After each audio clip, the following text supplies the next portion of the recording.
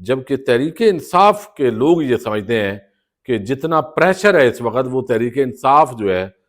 وہ face saving دے رہی ہے۔ لیکن جس طرح منت ترلے کا ماحول بنایا بیرسٹر گور اور باقیوں نے، اس سے بڑی تذلیل کروائی ہے انہوں نے عمران خان کے موقف کی، بیانیے کی، اور یہ بیچارے ڈرے ہوئے ہیں، خوف میں مبتلا ہیں، ظاہر ہے ان کو دھمکایا بھی جاتا ہے، بیوی بچے ہیں، اتنا پریشر برداشت ظاہر ہے نہیں کر سکتے، عمران خان کو بھی نہ نہیں کر سکتے، عجیب کشمکش میں پھنسے ہوئے ہیں۔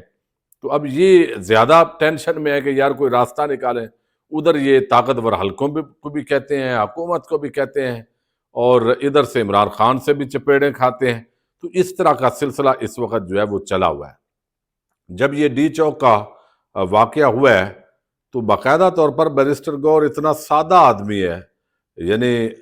بڑے عام لوگ اس حوالے سے باخبر ہیں۔ ان کی کچھ لوگوں سے، دو تین صحافی ان کے ساتھ ملاقات ہوئی تھی، تو انہوں نے کہا یار یہ غلط کر دیا ہے، یہ تو بہت ہمیں نہیں کرنا چاہیے تھا، ہمیں ڈی چوک نہیں آنا چاہیے تھا۔ وہ ڈرا ہوا، گھبرایا ہوا، ظاہر انسان ہے وہ بھی، تو گھبرایا ہوا تھا۔ تو دیکھیں یعنی وہ گولیاں چلانے والوں کے خلاف نہیں کر رہا تھا، اور یہ بھی اطلاعات ہیں کہ پہلے سے ہی دھمکیاں موجود تھی تحریک انصاف والوں کے پاس کہ اس مرتبہ اگر تم ڈی چوک آئے تو ہمیں یہ کرنا پڑے گا، جو کچھ بعد میں کیا گیا ہے۔ لیکن بہرحال جو بیرسٹر گور ہیں وہ اب ملاقات کے لیے پہنچے ہیں، جو کمیٹی ہے وہ ابھی 1-2 دن کے اندر کسی ٹائم بھی پہنچے گی۔ تو یہ ملاقات اس حوالے سے آج عمران خان سے عام ہے کہ عمران خان سے جو ملنے والے لوگ ہیں یہ بڑے عام ہیں، یعنی اصل جو کمیٹی ہے اس کو ابھی نہیں ملنے دیا گیا۔ صاحبزادہ حامد رضا کو ترجمان مقرر کیا گیا ہے اس پوری کمیٹی کا، جو بھی میڈیا سے بات کریں گے وہ کریں گے، لیکن بیرسٹر گور جو ہے وہ پہنچ گئے ہیں۔ اب اندازہ کر لیں، مسئلہ چیئرمینی کا نہیں ہے کہ وہ چیئرمین ہے، بیرسٹر گور پر اس وقت اسٹیبلشمنٹ کو اور حکومت کو بڑا اعتماد ہے، یقین مانیں بڑا اعتماد ہے۔ اچھا، اب یہ ان کی ملاقات کے لیے دروازے کھل جاتے ہیں،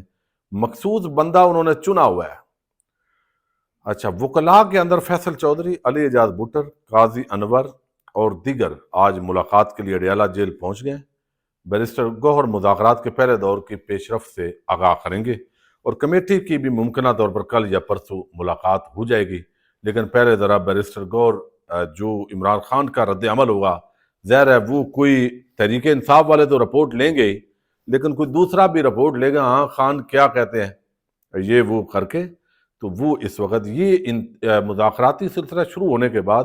یہ عام ترین ملاقات ہے، اس وجہ سے کہ اس پر عمران خان کا کیا رد عمل ہے۔ کیا عمران خان کو صحیح بتایا جاتا ہے؟ اور بتایا کیا جاتا ہے بھئی سوشل میڈیا کو بند کریں اور اس پہ زیادہ نہ ہو۔ تو ان دنوں کے اندر ہی تو سوشل میڈیا پر اگر تحریک انصاف پریشر نہیں بڑھائے گی تو پھر تو جو چاہیں گے وہ کرشمہ ساز کریں گے، جو کڑچے چمچے روز دھمکیاں ابھی بھی دیتے ہیں کہ عمران خان کو نہیں چھوڑا جائے گا، یہ نہیں کیا جائے گا۔ تو بھئی اس وقت اب دیکھنا یہ ہے کہ عمران خان کو خبر فیڈ کس طرح کرنی ہے بیرسٹر گور نے، اس کے مطابق ہی عمران خان جواب دیں گے، اور باقی بھی لوگ وہاں پہ ہیں، تو جو بھی اپ ڈیٹ آتی ہے اس پہ ہم بات کریں گے۔ پاکستان زندہ باد۔